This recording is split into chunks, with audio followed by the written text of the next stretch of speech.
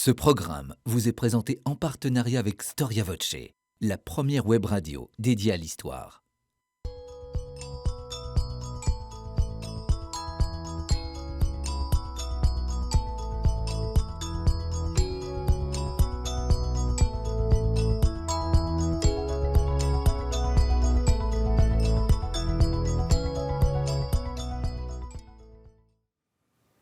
Bonjour à toutes et à tous, je suis très heureux de vous retrouver sur le plateau de votre émission Au risque de l'histoire. Alors nous sommes à Venise en 1569. Dans la nuit du 13 au 14 septembre, des espions du sultan ottoman Selim II font exploser un magasin à poudre au cœur de la ville. Les destructions sont considérables et les pertes en vie humaine provoquent l'indignation de l'Europe entière. Quelques mois plus tard, Chypre, possession vénitienne, tombe aux mains de l'Empire turc. Et le vainqueur de la prise de Nicosie, Lala Mustafa, laisse la ville à la folie destructrice de ses soldats. Il transforme même l'église Saint-Nicolas en mosquée. La frayeur, la violence engendrée par cet événement seront à l'origine de la Sainte Ligue, victorieuse un an plus tard au large de Lépante, dans le détroit de Corinthe. L'émission Au risque de l'histoire vous propose de revenir sur un des événements les plus importants de ce XVIe siècle, la fameuse bataille de Lépante, dont nous commémorons cette année le 450e anniversaire. Quelles sont tout d'abord les origines de cette bataille? Qu'est-ce donc que cette Sainte Ligue qui se forme sous l'impulsion de la papauté, qui sont les grands acteurs du moment? Que s'est-il donc passé à Lépante le 7 octobre 1571 et quelles sont les conséquences de cette bataille? C'est ce que nous allons voir avec Jean-Pierre Bois. Jean-Pierre Bois, bonjour. Bonjour. Merci d'avoir répondu à notre invitation. Vous êtes professeur émérite de l'Université de Nantes. Vous êtes aussi, on tenait à le signaler, président de l'Académie des sciences, des belles-lettres et des arts de la ville d'Angers. Alors, auteur de nombreux ouvrages, je vous avais reçu ou connu dans une ancienne vie pour votre Don Juan d'Autriche. Je ne pense pas que ce soit un livre qui soit encore disponible à ce jour, qui a été publié chez Talandier, mais si vous pouvez le trouver, chers téléspectateurs, n'hésitez pas à acheter ce livre, Don Juan d'Autriche, dont on va voir qu'il joue un rôle absolument majeur à Lépante. Vous avez publié dernièrement, il y a 3 ans de cela, un abbé de Saint-Pierre, entre classicisme et lumière, chez Champvallon. Alors, l'abbé de Saint-Pierre, on ne le connaît pas, peut-être quelques mots, c'est tout de même l'auteur du fameux concept, du projet de paix perpétuelle qui sera repris par Rousseau et Kant. C'est l'auteur d'un projet de paix perpétuelle qui a immédiatement été classé parmi les utopies. C'est très curieux, il a travaillé seul, mais il connaît bien son époque. Il en connaît bien les acteurs, il en connaît bien les enjeux, et son traité peut être résumé très simplement, je vais le faire de manière encore plus courte que lui, la paix, c'est mieux que la guerre. De toute façon, c'est mieux. Et il suffit de la vouloir. Et il lui paraît élémentaire que les souverains se mettent d'accord entre eux pour, j'emploie une expression qui n'est pas celle de l'abbé Saint-Pierre, se faire la paix au lieu de se faire la guerre. Voyez ? Il compte sur le bon cœur ou l'âme religieuse des souverains. Il ne compte pas sur ce qu'on appelle la réelle politique à une époque beaucoup plus tardive. Et en réalité, en comptant sur l'engagement des souverains, il passe un petit peu à côté de ce qu'ils peuvent en vérité faire. Donc les guerres continueront malgré tout, mais son projet n'est pas perdu puisque Rousseau, puis Kant, puis la Société des Nations, beaucoup plus tard, en ont repris les idées, et que de nos jours, si j'ose dire, on vit quand même plus en parlant de la paix que de la guerre. On ne recherche plus la guerre comme au XVIe, le siècle de Lépante, ou au XVIIIe, le siècle de l'abbé Saint-Pierre, où elle est un outil naturel, immédiat de la politique, plus de nos jours. De nos jours, d'abord, réunion internationale. Ça vaut ce que ça vaut, mais la paix, c'est mieux que la guerre. Alors, je renvoie donc à ce livre, L'abbé de Saint-Pierre, entre classicisme et lumière, paru chez Champvallon. Pour préparer cette émission, nous avons aussi utilisé ce livre, donc La bataille des trois empires, les Pentes 1571 d'Alessandro Barbero. Alessandro Barbero est un Italien, alors il devait être sur ce plateau, nous l'excusons. Malheureusement, il n'est pas avec vous, et son livre a été récemment réédité, donc dans la collection de poche Champ Histoire, donc des éditions Flammarion, La bataille des trois empires, donc les Pentes 1571. Jean-Pierre Bois, certains ont voulu voir dans la bataille de Lépante l'expression d'une guerre de civilisation. Est-ce qu'on peut utiliser une telle expression pour cette bataille ? Le mot civilisation a 36 interprétations. Moi, personnellement, je suis d'accord avec la formule. Nous avons d'un côté le monde ottoman, de l'autre le monde chrétien. Le monde ottoman est musulman, conquérant, belliqueux. Le monde chrétien aussi, ça, toutes les nations qui montent, les États qui se forgent dans ces époques, le font avec la guerre comme outil.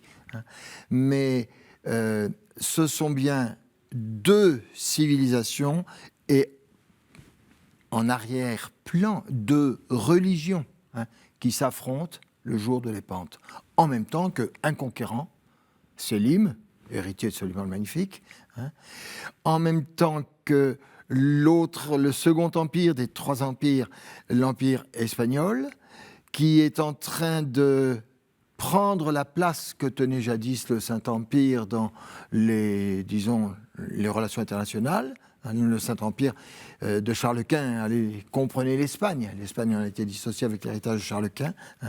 Et Philippe II fait de l'Espagne une très grande puissance internationale. Et puis le troisième empire, qui lui recouvre le religieux, alors, c'est la papauté.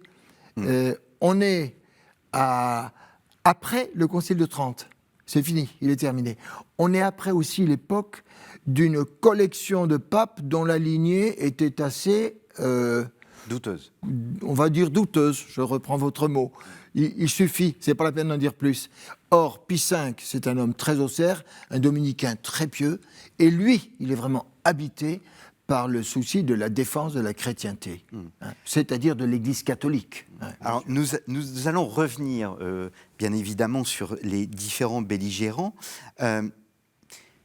Guerre de civilisation, mais malgré tout, certains, du côté de la civilisation chrétienne, eh bien, ne tiennent pas à intervenir dans le conflit. Et par exemple, la France, l'Église a reproché à la France ce que l'on a appelé l'alliance impie, puisque la France était un allié du sultan. Parce que là, vous mettez le doigt sur les réalités géopolitiques qu'il y a derrière le mot général. En réalité, si Sélim conserve le dynamisme expansionniste de Soliman, c'est parce que le moment est bon pour cueillir l'Église catholique, car elle est fragilisée par la Réforme. Vraiment fragilisée par la Réforme.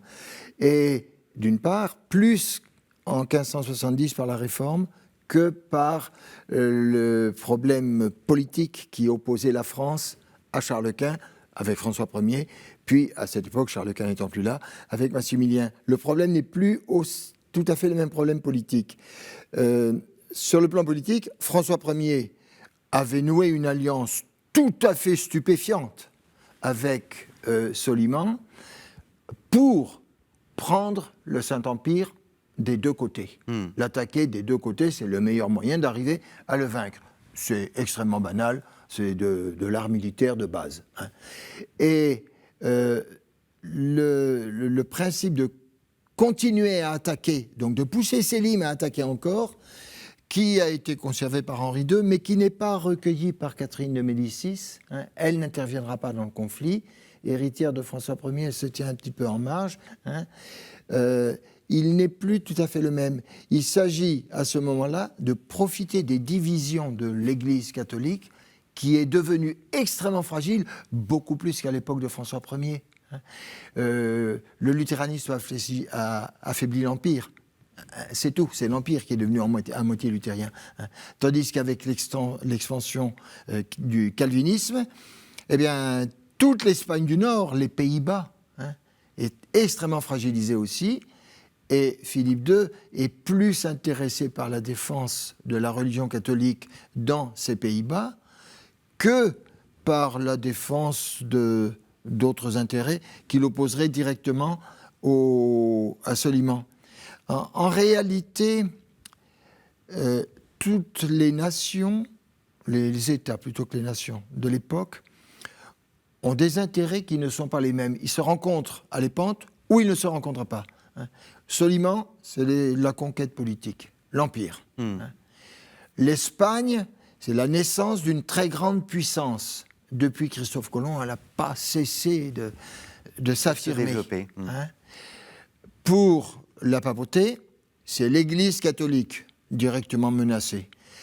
Pour Venise, c'est son empire commercial.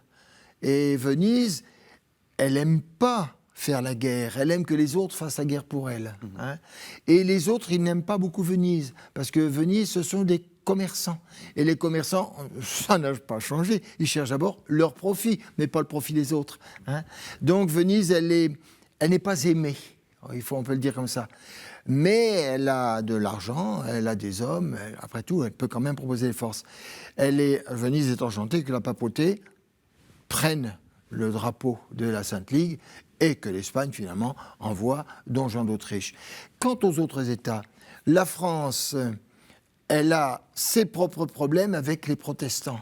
Elle ne va pas se mettre, en plus, une autre guerre de religion sur le dos. Ça, c'est exclu. Elle n'en a pas les moyens. Même si, en 1571, ce n'est pas encore 1572. 1572, à Saint-Barthélemy, c'est juste après. Les Pays-Bas, eux, Guillaume d'Orange envoie un message à Sélim en lui disant « Oui, allez-y, embêtez les Espagnols !» Parce que lui, Guillaume d'Orange, il cherche à mettre en place sa république calviniste qui finalement verra le jour. L'empereur Maximilien, il vient de signer une paix en 1568 avec Sélim. Il sait que son empire est divisé entre catholiques et protestants. Il sait que sa position est fragile. C'est pas le moment pour lui d'affaiblir l'Empire par une guerre peut-être perdue. Il n'a pas oublié, lui, le siège de Vienne de 1529. Bon, Vienne n'a pas été prise, mais 3 ans après, à Moix, c'est le roi de Hongrie qui a été balayé. Alors, pour lui, c'est trop fragile. Il n'interviendra pas. Quant à la reine d'Angleterre, personne ne lui demande son avis, alors elle, c'est l'hérétique par définition pour tout le monde. Qui est Sélim II ? On le surnommait l'ivrogne. Oui. Qui, pour un musulman ? Pour un musulman, c'est... Oui, c'est un mot surprenant. J'ai cherché, moi, dans les livres turcs.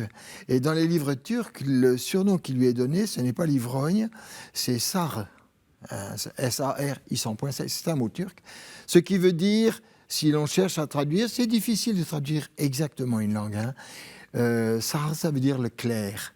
Un esprit clair, un esprit évaporé, un esprit un petit peu ailleurs. Alors évidemment, quand on a bien bu, on est ailleurs. En même temps, il est brutal, il est violent, il prend des colères. Il n'a pas la majesté politique de Soliman. Cette puissance qu'avait Soliman. La personnalité de Soliman était exceptionnelle. À beaucoup de points de vue, c'était un des grands princes de la Renaissance. Mais il est musulman, il est ottoman, ou c'est un des grands princes de la Renaissance. Sélim n'est pas comme ça. Mais c'est pas grave, ça. Parce que derrière Sélim, il y a le divan. C'est-à-dire, on peut dire le conseil... Pour comparer, je vais dire le Conseil des ministres. C'est pas exactement cela. Le mot ministre ne convient même pas. Mais ce sont tous les conseillers qui sont vizir, premier vizir, le grand vizir, évidemment, premier vizir, deuxième vizir. Il y a toute une hiérarchie. Le commandant des janissaires, ils sont tous là. Et c'est eux qui gouvernent l'Empire. Sélim, il est le sultan au-dessus d'eux.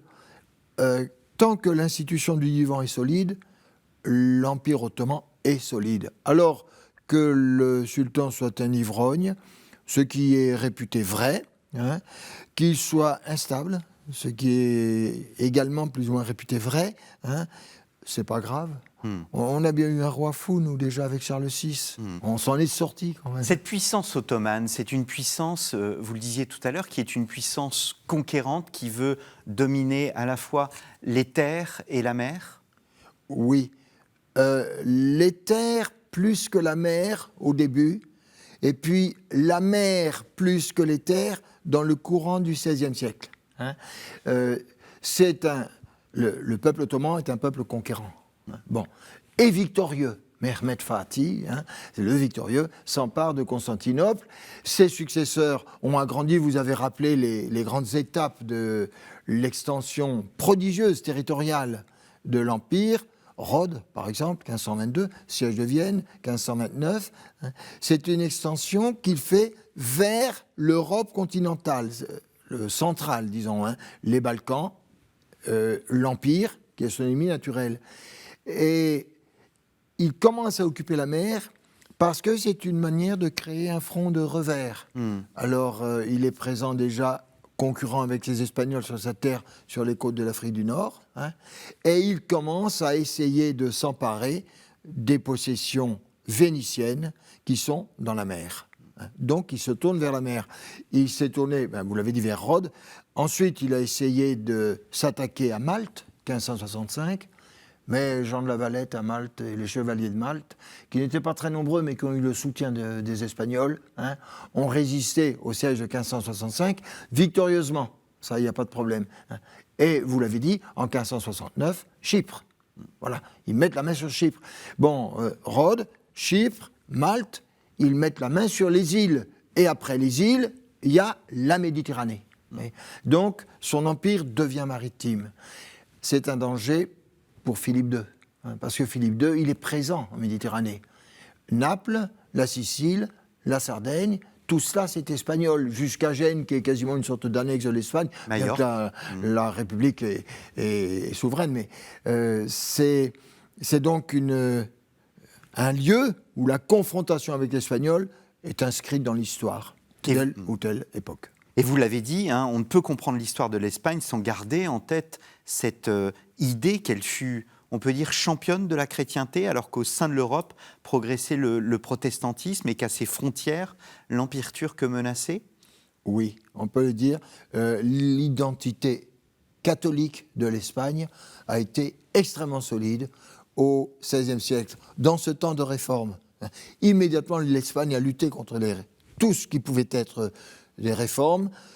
Je ne vais pas rentrer dans le détail luthérienne, calviniste ou autre, ni le détail des formes que peut prendre la réforme. L'Espagne a été très rigoureuse. L'Inquisition, c'est pas pour rien. L'Inquisition, c'est utile en Espagne. Utile, excusez-moi pour le mot, mais à ce point de vue au moins. Et en même temps, elle est devenue beaucoup plus rigide à l'égard des protestants, des musulmans. Charles Quint, c'est celui qui a fait la transition entre une politique globalement tolérante de tous les petits rois d'Espagne à l'égard des musulmans. Il y avait le royaume de Grenade au sud. Et Philippe II, qui lui a été très très dur et très intolérant à l'égard des musulmans. Don Juan d'Autriche, qu'on retrouve à la bataille de Lépante, vient de s'illustrer par sa victoire dans la guerre des Morisques, qui a éliminé le royaume de Grenade, et enfin tout ce qui restait comme musulmans, disons, dans le royaume de Grenade. Et c'est une guerre qui a été terrible, la guerre des Morisques, terrible, très très dure. Alors, d'un côté donc l'Empire ottoman, de l'autre côté l'Espagne, la puissance, la grande puissance espagnole. On va s'arrêter un peu sur la République de Venise. Vous parliez des intérêts économiques, et d'ailleurs on ne peut pas la comparer, au fond, à l'Espagne et à le fameux Stato d'Amar, qui désigne l'empire vénitien, qui n'est pas un empire comme un autre. On a plus l'impression d'un empire économique que d'un empire politique. J'aimerais même mieux, si vous permettez l'expression, empire commercial. C'est un empire commercial. Venise fait du commerce. Elle a absolument besoin de points d'appui, ne serait-ce que pour des entrepôts. Donc avec des soldats pour garder les entrepôts. Les îles, c'est idéal pour ça. Toutes les îles, celles qui bordent l'Adriatique, sont vénitiennes. On arrive jusqu'à l'archipel de Corfou à Zante. Là, toutes ces îles sont sous domination, au moins commerciale, vénitienne. Et puis, on prolonge. Vous avez Candie, la Crète. Vous avez Chypre, à l'autre bout. Tout cela, c'est sous l'autorité vénitienne. Entre les deux, il y avait Rhodes, qu'ils viennent de perdre. Et Venise est présente également par des représentants, on dit des bailés, je ne sais pas comment on prononce le mot, bel, bailé, B-A-I-L-E. Il y en a à Constantinople. Ils sont en relation avec les autorités ottomanes, des relations commerciales, proches, denses, pour lesquelles Venise préfère la paix que la guerre. Mais l'adversaire est redoutable. Le problème avec les Ottomans, c'est que tant qu'ils font du commerce, ils sont comme tous les commerçants, ils essayent de ramasser le plus possible en payant le moins possible. Ça, c'est très banal. Mais il y a toujours un moment où le politique est derrière, et alors brusquement, il passe à la conquête. Alors là, ça devient terrible. Et Venise redoute beaucoup cela, et Venise préfère négocier que se battre. Venise n'est pas une vraie puissance militaire. Ils ont une flotte considérable, et ils ont des bons marins, mais ce sont des commerçants. Ce ne sont pas des hommes de guerre. Est-ce que, alors, après l'Espagne, après Venise, du côté de la chrétienté, il y a, vous l'avez dit tout à l'heure, un pape qui est le pape Saint Pie V. Est-ce qu'on peut dire que Rome, la ville de Rome, était menacée par l'Empire ottoman ? Non, je ne crois pas. C'est loin de l'Empire ottoman, Rome. Pour arriver jusqu'à Rome, il faut d'abord dominer la mer, au moins la mer Ionienne, là où se déroule la bataille de Lépante. Peut-être la mer Adriatique et peut-être toute la péninsule du sud de l'Italie. C'est énorme comme morceau. On va retrouver l'Espagne sur son chemin. Rome, ce serait après. Ce serait, on peut imaginer une sorte d'étape ultérieure, mais quasiment pour le siècle suivant. Ce n'est pas Rome qui est visée. C'est d'abord les catholiques qui sont sur place, qui vont devenir, parce qu'ils sont sur place, dans les îles, sur la mer, ils vont les trouver, qui vont devenir des proies pour les barbaresques des mers, pour les marins turcs. Quand ils vont à Malte, ils ramassent tout ce qu'ils peuvent de bateaux chrétiens, avec lesquels ils peuplent leurs galères, les tchourmes, les rameurs sont souvent des chrétiens. Et puis, il y a des descentes sur terre. Ça, c'est pas l'Empire ottoman qui fait les descentes ou les razzias, c'est plus les corsaires, les pirates. On dit les barbaresques. Bon, il y a le mot barbare dans barbaresque. Ce sont les pirates qui font ces véritables rafles, qui les font sur terre. Parfois, François Ier les laisse même faire des incursions au sud, dans la Provence, parce que François Ier, il est prêt à tout pour que l'alliance fonctionne. Et là-bas, il ramasse tout ce qui est catholique, il le ramasse. Les filles au harem, les hommes à la chiourme, quand il n'y a pas des massacres en plus. Alors, je reste sur notre pape, Saint Pie V. Le pape, on a une image de lui à cette époque comme celui qui appelle à la croisade. Est-ce que cette idée qu'il faut unir la chrétienté pour lutter contre les Ottomans est une idée qui est encore présente à cette époque? Ça fait un siècle quasiment, même plus d'un siècle que Constantinople est tombée. Il y a une persistance de l'idée de croisade à cette époque? Je ne sais pas vous répondre. Je vais simplement vous répondre qu'on ne parle plus de reprendre Jérusalem. L'objectif des croisades, c'était Jérusalem. C'est hors sujet pour la bataille de Lépante. Les marins, les chefs de guerre, ceux qui sont sur les galères là, et puis qui commandent, ne sont pas des croisés. Et la Sainte Ligue, bon, le mot croisade, on l'emploie nous spontanément, parce que c'est une guerre contre les musulmans. Mais en réalité, l'objectif n'est pas celui qu'avaient les croisés, libérer la Terre Sainte. C'est plus du tout cela. Là, c'est beaucoup plus ces objectifs qui sont différents les uns des autres. Pour Pie V, protéger l'Église catholique, mais pour l'Espagne, rester maître de la partie occidentale de la Méditerranée. Pour Venise, conserver des possibilités commerciales. Et dans tout ça, il n'est plus question de croisade. Vous comprenez? Alors, Rome n'est pas un objectif, au moins dans cette époque, puis après non plus d'ailleurs, mais l'objectif de la Sainte Ligue n'est pas une croisade. D'ailleurs, on va en venir là, bien sûr, il faut il faut aussi parler de la bataille. Hein. On va en parler. Les lendemains de la Le bataille, reste du temps. il n'y a eu aucune tentative pour aller au-delà. Ouais, On s'est arrêté à Lépante. Hein. Ouais, ouais. On n'a pas cherché. Il n'y a pas de conquête de territoire. Hein. Il n'y a pas d'échange de souveraineté. On n'est pas allé chercher Jérusalem ou retrouver encore les anciens croisés, être les héritiers de Guy de Lusignan et que sais-je encore. On n'a pas essayé cela. Hein. Alors quand on va à Rome aujourd'hui, on peut voir ces fameux gardes suisses qui représentent l'armée entre guillemets du pape. À cette époque, il faut se mettre en face cette réalité que le pape est une puissance militaire aussi. Elle a ses propres armées.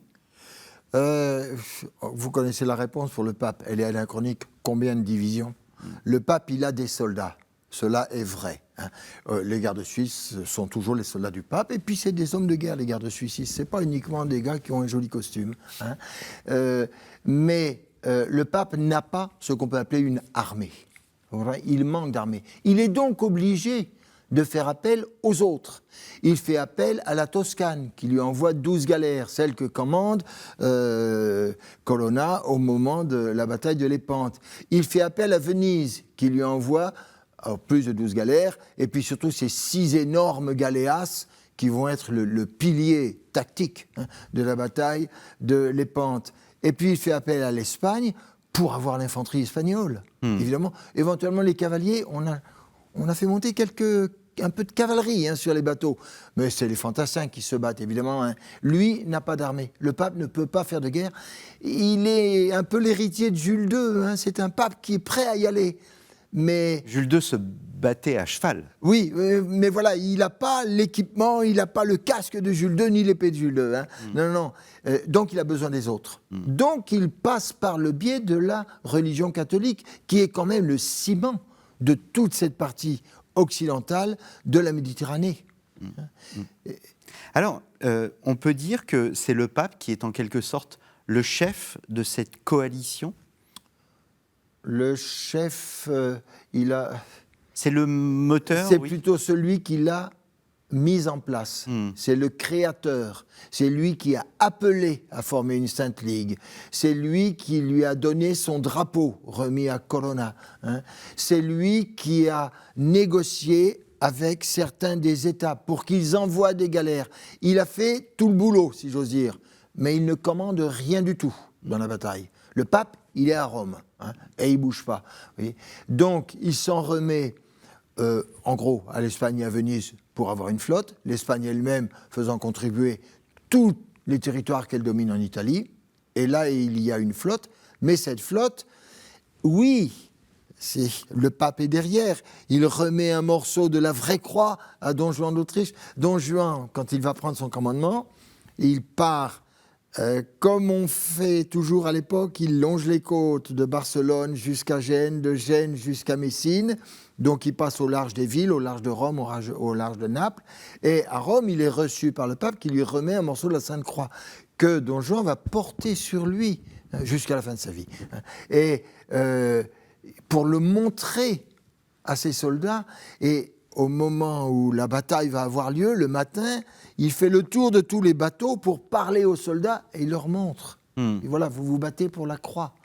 Là, alors, c'est pas une croisade, mais la croix, c'est la religion catholique ici. Voyez. Alors, on peut dire que, ben oui, le pape est derrière. C'est d'abord celui qui a donné la qualité, disons. On va dire la qualité religieuse, d'être le meneur, le représentant de la religion catholique ce jour-là, mais Don Juan, il n'est pas évêque, ni cardinal, ni archevêque, ni rien du tout. Don Juan, c'est le demi-frère du roi d'Espagne, et puis un point, c'est tout. Et c'est un homme de guerre. Voyez. Alors, on ne fait pas la guerre, on va venir à la bataille de Lépante en elle-même, mais on ne fait pas la guerre sans capacité militaire. Quelles sont les capacités militaires des protagonistes ? C'est une question qui est redoutable parce que vous êtes spécialiste d'histoire militaire. Oui. Je ne l'ai pas dit. Vous l'avez pas dit. Un des grands spécialistes de l'histoire militaire. Et je vais vous répondre en tant que tel. C'est un des paradoxes de cette bataille de Lépante. Quasiment personne n'est un marin dans cette histoire. Don Juan, ce n'est pas un marin. Il est un petit peu allé en Afrique, mais c'est quand même pas très loin de l'Espagne. Il était déjà allé une fois à Gênes, en longeant les côtes, pas plus. Hein. Et le voilà capitaine d'une armée de galères absolument considérable. À côté de lui, il y a quand même 2 marins. C'est les 2 seuls marins de l'expédition. Andrea Doria, hein, c'est pour Gênes, Doria, Gênes évidemment. Hein, et puis, il y a Santa Cruz, un Espagnol dont le nom est interminable, comme pour tous les Espagnols, hein, Alvaro Bazán de Santa Cruz, de ceci, de ceci, de cela, on en parle jusqu'au soir, hein, qui lui aussi est un vrai marin. Hein. Et c'est pourquoi Don Juan le met en réserve pendant la bataille, derrière, parce que lui, Don Juan, sait qu'il n'est pas un marin. Il est courageux, alors ça oui, hein. Mais ça, ce ne sont que les chefs, ceux qui commandent. Les soldats qui se battent à l'épante, il n'y a pas un marin parmi eux. Il y a les galériens, ça c'est la chourme. On leur enlève les chaînes, au moins dans nos galères à nous, si j'ose dire, l'Occident, hein, alors que dans la chourme ottomane, on leur laisse, je crois, les chaînes. Hein. Mais ces gens-là, c'est des rameurs. C'est des rameurs et puis ils rament un peu à coup de fouet et à contre-cœur. Hein. Bon, il y a aussi des volontaires parmi les rameurs dans la chourme, parfois. Hein. Sur place, ce sont des soldats espagnols. C'est l'infanterie espagnole qui est là. Hein. Et cette infanterie, elle sait se battre sur des champs de bataille de terre, avec des arquebuses, mais elle ne sait pas faire des mouvements maritimes. Personne ne sait. Et l'intérêt de cette approche, qui est un peu paradoxale, c'est que la bataille de l'Épante, qui est la plus grosse bataille maritime qui ait jamais eu lieu en Méditerranée, hein, et la dernière. Et la dernière. Puis la dernière bataille de la marine, à rame, c'est l'expression, puisqu'il y a des galériens qui sont là, hein, elle est conduite du point de vue de ceux qui s'affrontent. C'est vrai aussi pour les Ottomans. Hein. Elle est conduite comme une bataille qu'on aurait conduite sur terre. On met les armées en ligne, vous voyez, c'est ce qu'on appelle la ligne mince chez nous. Hein. Bon, devant la ligne, Don Juan d'Autriche met les galéas vénitiennes, 6 énormes forteresses flottantes, ce sont des bastions avancés. Mais ces forteresses flottantes, elles ne peuvent pas bouger elles sont trop grosses, trop lourdes. Les rameurs ne peuvent pas les faire avancer. Il a fallu les tirer pour les mettre sur place. Donc, c'est une sorte de construction. Mais ça devient des citadelles imprenables et qui crachent un feu terrifiant sur la flotte turque. Donc, c'est un outil de victoire. C'est des petits bastions avancés. C'est une conception de terrestre, une bataille conçue comme ça. Et les combats, on arrive là dans la bataille. Vous connaissez le tableau qui est à Venise, du Vicentino, hein, celui dont vous avez un extrait, je crois, sur cette couverture-là. Hein. Le combat, cet enchevêtrement de galères. Chaque galère, elle a un pont, et chaque pont devient un petit terrain de bataille où combattent 2 infanteries, l'infanterie espagnole et les janissaires. Vous voyez ? Et ils se battent, alors avec la supériorité espagnole qui vient du fait que le combat d'infanterie était préparé par le tir de leur artillerie. Là, les Turcs n'ont pas été au niveau. Hein. Et puis, il y avait quand même eu, et ce sont les marins, ça c'est Andrea Doria qui avait donné cette idée à Don Juan, parce qu'on a beaucoup parlé négativement de Doria dans cette bataille. Brodel le réhabilite un peu, et je trouve qu'il a raison. Andrea Doria avait donné le conseil à Don Juan, dont les galères portent toutes un canon en avant, des canons en arrière, lui avait conseillé de faire disparaître les rostres très lourds qu'elles avaient devant, hein, qui les prolongeaient, hein, et en les faisant disparaître, les galères s'enfoncent un peu dans l'eau. Du coup, les canons vont tirer un peu plus bas, et du coup, ces canons vont tirer non pas au niveau du pont, ou des mâts, ou des voiles, ou des oiseaux, mais vont tirer sur les coques des galères turques, qui vont couler. 4 coups de canon, il y a trop de trous pour qu'on puisse écoper. Hop, la galère coule, et avec elle, tous les galériens qui sont dedans, mais également tous les soldats. Vous voyez ? Et ça, c'est un marin qui a donné cette idée. Don Juan, lui, l'a suivi parce que Don Juan, il écoute les gens, il sait faire. Don C'est Juan. un chef qui sait écouter ses troupes. Il y a un personnage que vous avez évoqué, c'est Colonna. C'est d'ailleurs Colonna qui, le 11 juin 1570, se voit remettre par Pie V le drapeau de la Sainte Ligue. Sur ce drapeau, qui est un drapeau rouge, qui est le sang du Christ, on y voit le Christ, Saint-Pierre, Saint-Paul, et cette devise, par ce signe tu vaincras, qui était la devise que l'on retrouvait chez Constantin. Qui est ce Marcantonio Colonna ? Très, très, très, très grande famille romaine. C'est les Colonna dans l'histoire de Rome, c'est 3 chapitres complets de l'histoire de Rome. Une famille très brillante qui a fourni des papes, des hommes de guerre, tout ce que l'on veut, et dont le représentant Marcantonio Colonna est véritablement un prince de la Renaissance, au sens plein, à la fois par la culture, par le courage. Ce sont les hommes de guerre, la Renaissance. On l'oublie trop souvent. Oui, mais la c'est pas un marin. C'est aussi la guerre, voire plus la guerre qu'à l'époque médiévale. Oui, et puis une guerre différente, en plus. Il ne faut pas l'oublier, ça. Mais il n'est pas particulièrement marin. Alors c'est lui, c'est le premier des Romains, si j'ose dire, à part le pape. C'est lui qui reçoit le drapeau de la Sainte Ligue, mais avant que Don Juan ait été nommé par son frère pour commander la flotte. Parce que lui, c'est en juin non, c'est pas en juin, excusez-moi. En mai, j'ai oublié la date, c'est pas grave, peu importe. Il le reçoit un peu avant que Don Juan d'Autriche soit nommé par son frère. Et son frère nomme Don Juan d'Autriche, sachant très bien que Don Juan, c'est un homme de terre, c'est un chef d'armée terrestre.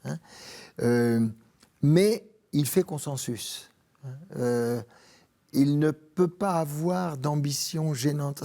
Il est demi-frère de Philippe. Il ne peut pas devenir une espèce de condottière. Ça colle pas. Il n'a pas, tout le monde le sait, tout le monde le pense, tout le monde le voit, il n'a pas non plus l'ambition de s'imposer en Espagne à la place de Philippe, d'autant plus que Philippe va enfin avoir un héritier un peu dans la même époque. Donc Don Juan, c'est un homme sûr, loyal, et qui fait l'unanimité. On avait pensé à d'autres commandants pour la flotte. Le nom du duc d'Anjou, Henri, le futur roi Henri III, avait été prononcé, mais rejeté par Catherine de Médicis, qui ne veut pas, elle, impliquer la France dans ce combat. Elle avait simplement proposé que son autre fils, roi à l'époque, Charles IX, puisse servir de médiateur dans des négociations qui n'ont jamais eu lieu. Il faut trouver un nom, et Don Juan d'Autriche répond exactement à cette exigence, qui obtiennent l'accord de tous les participants, donc des Espagnols et des Génois. Quand on dit Espagnols, les Génois en font partie, mais également des Vénitiens et de la papauté. Alors, Don Juan d'Autriche, vu par la papauté, c'est le vainqueur des Morisques. C'est une bonne valeur, ça n'y a pas de problème. Il y a un génie militaire chez ce personnage, parce que vous montrez bien dans votre ouvrage que... il y a plusieurs armées. Or, ces armées, plutôt que les séparer les unes les autres, eh bien, il les mélange. Ça, c'est très, très intelligent. Il a compris, Don Juan d'Autriche, que s'il les séparait, pour que chacun puisse combattre avec tous les officiers qu'il connaît, les camarades qu'il connaît, la même langue d'échange avec le marin d'à côté, qu'il allait créer des unités qui défendraient les intérêts propres, celle de Venise pour la flotte vénitienne, Sebastiano Veniero, le futur doge, celle de telle principauté italienne, celle de Malte, pourquoi pas, et il les a mélangées pour empêcher qu'il y ait une sorte d'appropriation par un pays, un contributeur de cette ligue, un petit prince italien qui aurait fourni 2, 3, 4, 12 galères, on les sépare pour éviter qu'ils se mettent à jouer un jeu personnel. Et le résultat, c'est que les 3, il a divisé sa flotte. On est vraiment en guerre de terre, en 3 ailes, lui le centre, une aile gauche, une aile droite. Eh bien, elles sont tellement composites qu'elles sont obligées de s'entendre entre elles sans que personne ne peut se détacher. Donc, ça a très bien fonctionné. Alors, nous n'avons pas parlé du lieu en lui-même, parce que les pentes, on ne se représente pas, nous sommes dans le détroit de Corinthe. Est-ce que l'endroit, la mer Ionienne, est un espace stratégique. Elle le devient. Hein. Elle devient un véritable espace stratégique parce qu'elle est au débouché de tout ce qui viendra de Venise. Hein. On quitte l'Adriatique, on entre dans la mer Ionienne. Elle est la limite extrême que peuvent atteindre, en restant dans le domaine espagnol, l'Italie du Sud, la Sicile, la flotte part de Messine. Hein. C'est la place extrême qu'elle peut atteindre pour gagner les terres dominées par l'Ottoman. Et c'est le lieu exact où les Ottomans, quand ils auront contourné l'ensemble du Péloponnèse, hein, peuvent aller en restant eux aussi sur des terres pour lesquelles ils ont déjà une domination ou une présence. C'est le lieu de rencontre évident. Personne ne s'y est trompé. Hein. Ali Pacha, qui commande la flotte ottomane, hein, a tout de suite conduit la flotte au sortir du détroit de Patras. Vous avez le golfe de Corinthe, puis le détroit de Patras qui est là. Hein. Il l'a mise là, devant le lieu qu'on appelle les Pentes, c'est maintenant Naupacte. Hein. C'est au large de Naupacte. Le lieu exact, moi j'ai visité le champ de bataille de Lépante, hein. C'est la mer. Il n'a pas changé. C'est bien, sauf que c'est bien plus bâti sur les rives. Hein. Mais ceci dit, on voit le débouché du golfe de Corinthe, et il est fermé à l'horizon par les îles. Hein, depuis Céphalonie et Ithaque, qu'on aperçoit par là. Hein, et la flotte de Don Juan arrive dans cet endroit. Il passe entre Ithaque et le continent, le cap de Preveza, le lieu de la bataille d'Actium, jadis, l'autre grande bataille de Méditerranée. Hein. Le matin, dans la matinée tôt du 7 novembre, et du 7 octobre, et il aperçoit au loin, alors encore dans le golfe de Patras, mais sortant du golfe de Patras, la flotte ottomane. Et c'est là où ils se mettent en ligne. On y va. Et ils se mettent en ligne. Donc, en fait, Don Juan d'Autriche a son génie militaire, c'est d'avoir mêlé les armées et en même temps d'avoir adopté cette position en ligne. Quel bilan peut-on faire de cette bataille? Un bilan humain, tout d'abord, parce que ça reste la guerre et il n'y a pas de guerre heureuse. Et ensuite, vous soulignez dans votre livre que c'est une bataille d'anéantissement, une bataille décisive. Oui. C'est très important, cette notion de décision. Elles sont rares, les batailles vraiment décisives dans l'histoire. C'est un jeu d'historien, une recherche de spécialistes. Est-ce que cette bataille est décisive? L'anéantissement ne justifie pas la qualité de décisive ou non. Décisive, c'est quand, après la bataille, un point est acquis définitivement. Qu'est-ce qui est acquis ce jour-là, alors? La fin de l'expansion territoriale ottomane. C'est fini. La conquête ottomane, je dis ottomane, je préfère le mot ottomane à musulmane, hein, parce qu'il y a toujours un petit peu superposition des deux termes. Mais la conquête ottomane avait commencé en gros 2 siècles et demi à 3 siècles auparavant, et elle ne s'était jamais arrêtée. Hein. Et l'Occident a commencé à s'inquiéter quand ils arrivent à Constantinople, évidemment. Hein. C'est quand même l'Empire d'Orient qui disparaît.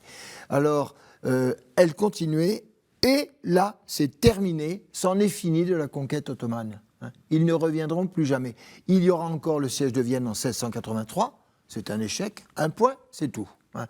Après, l'Empire ottoman se tourne du côté de l'Asie centrale, ou de ses voisins du Nord, hein, que bientôt les Russes, on n'est plus dans le domaine de l'Occident.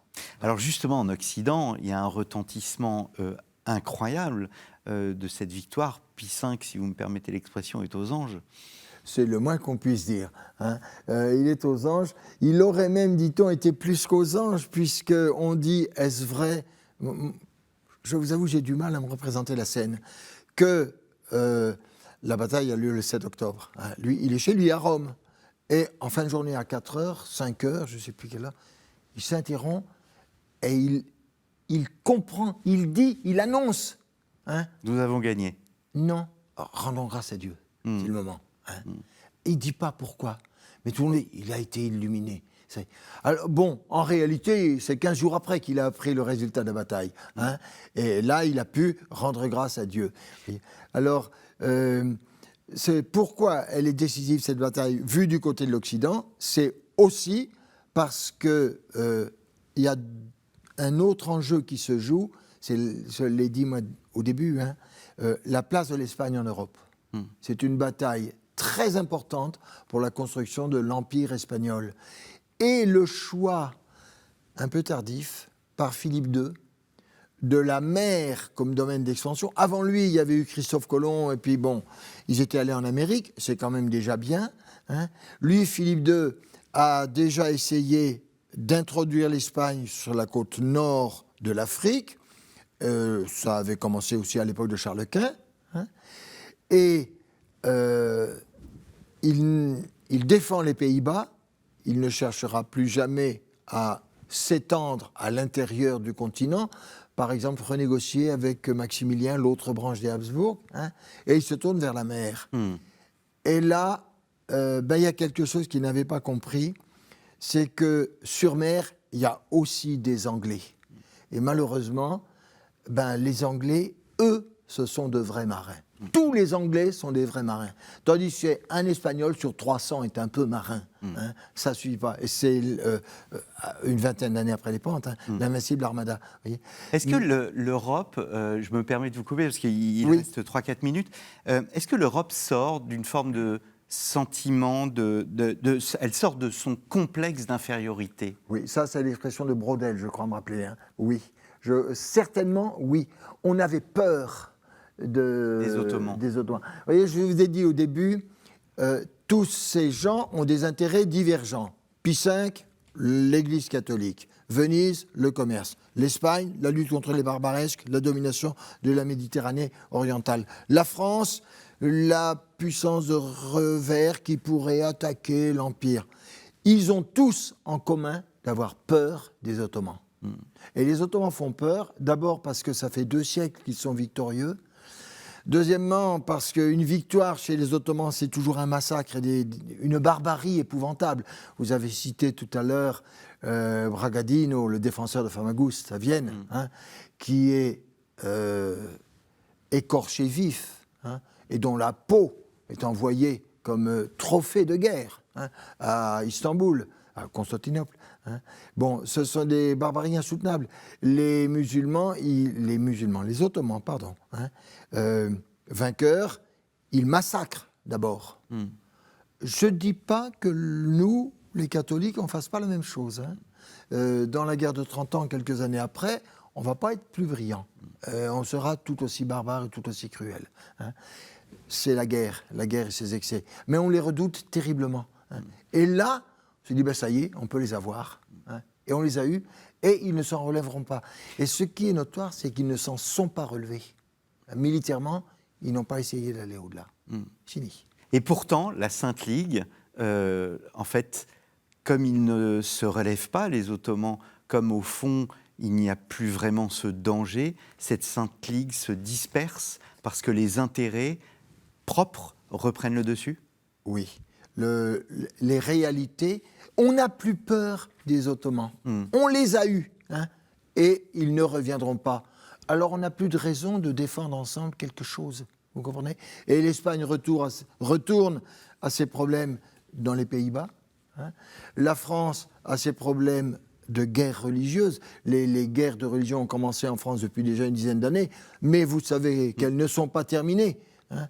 Et Selim II sait que les chrétiens ne vont pas exploiter cette victoire, au fond.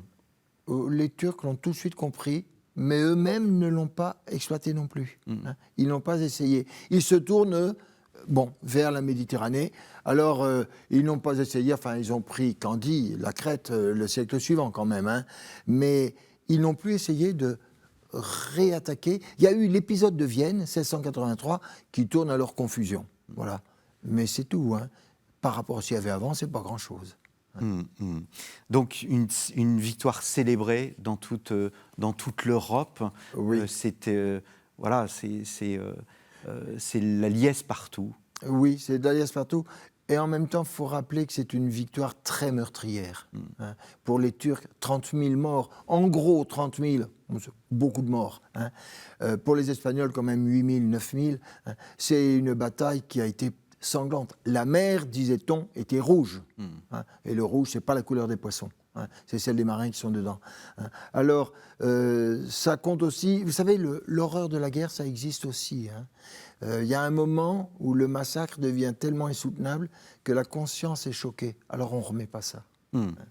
Ça peut avoir joué. Alors il y a un personnage, et on s'arrêtera sur ce mot, qui était présent à Lépante, c'est Cervantes, l'auteur de Don Quichotte, qui disait « Lépante fut le plus grand événement que virent les siècles passés, les siècles présents, et que peuvent attendre les siècles futurs. » Vous me laissez une minute pour raconter Cervantes. C'est très intéressant. Il décrit, lui, la bataille de Lépante, hein, dans ses écrits ultérieurs. Cervantes était dans la flotte de Santa Cruz, donc derrière la flotte de réserve. Hein, donc qui n'a combattu qu'à la fin de la bataille. Et à la fin de la bataille, il s'agit de rassembler tous les bateaux, d'achever quelques galères turques. Bon, Santa Cruz y va. Cervantes est sur la marquesa du capitaine Machada, je crois. Hein, et cette galère attaque une galère turque. Cervantes, Machada a été tué, son second a été tué, c'est Cervantes qui prend le commandement. Il était homme de guerre volontaire pour servir. Hein. Il prend le commandement, il faut bien que quelqu'un y aille. Et c'est lui qui monte la charge contre la galère turque, dont je ne connais pas le nom. Et à ce moment-là, ça c'est la mer. La mer sépare les deux bateaux. Et il se trouve sur les rames des Turcs, tout seul à avancer. Alors forcément, il est fait prisonnier. Il n'est pas massacré, hein. Il est fait prisonnier et il finit galérien. Merci beaucoup Jean-Pierre Bois. Donc Jean-Pierre Bois, Don Juan d'Autriche, Don Juan d'Autriche, donc un livre qui est paru il y a plus d'une dizaine d'années chez Talandier. Vous avez publié récemment L'Abbé de Saint-Pierre entre classicisme et lumière Champ-Vallon.